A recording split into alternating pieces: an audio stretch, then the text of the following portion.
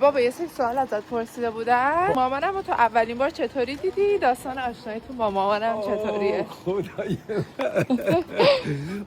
من محل کارم جردن بود، دفترم اونجا بود. یه روز که داشتم میرفتم محل کارم یه قنادی معروف بود اونجا. رفتم اونجا تو قنادی؟ مادر رو دیدم، یک دل نه 100 دل گفتم عاشق خانوم باید همسر من بشه. سردرد آینده. من تو عمرم با کمال چیزها خیلی مؤدبانه ازشون خواهش کردم که از قنادی؟ بیرون قنادی؟ آره اگه میشه بتونم باهاشون تلفنی صحبت کنیم. اون تلفنی صحبت شمارت پس دادی به مامان؟ آره اون تلفنی صحبت کردن همانا. من همیشه به خاطر نیچر کارم همیشه استایلم این که کچاب کرواتی بودم. مامان همیشه میزدم 30 سال پیش اون منطقه.